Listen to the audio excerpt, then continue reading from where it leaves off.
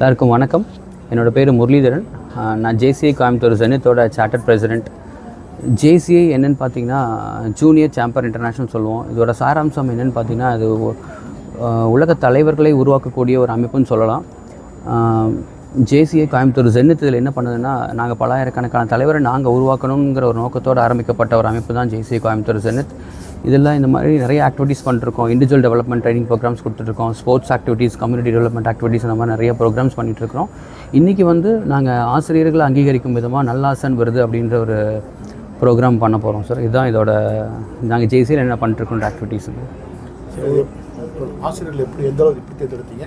மொத்தம் எத்தனை ஆசிரியர்கள் விருது கொடுக்குறீங்க சார்? இது நாங்கள் இந்த 2024ஆம் ஆண்டு எங்களோட அமைப்பு ஆரம்பிக்கும் போது ஆசிரியர்களை அங்கீகரிக்கணும்னு ஒரு பிளான் பண்ணோம். அதுக்காக எங்கள் சரௌண்டிங்கில் இருக்கக்கூடிய ஆசிரியர்ஸ் more than 10 years experience, 10 to 15 years எக்ஸ்பீரியன்ஸுக்கு க்ரைட்டீரியா இருக்கக்கூடிய டீச்சர்ஸை ஃபில்டர் பண்ணி எடுக்கிறோம்.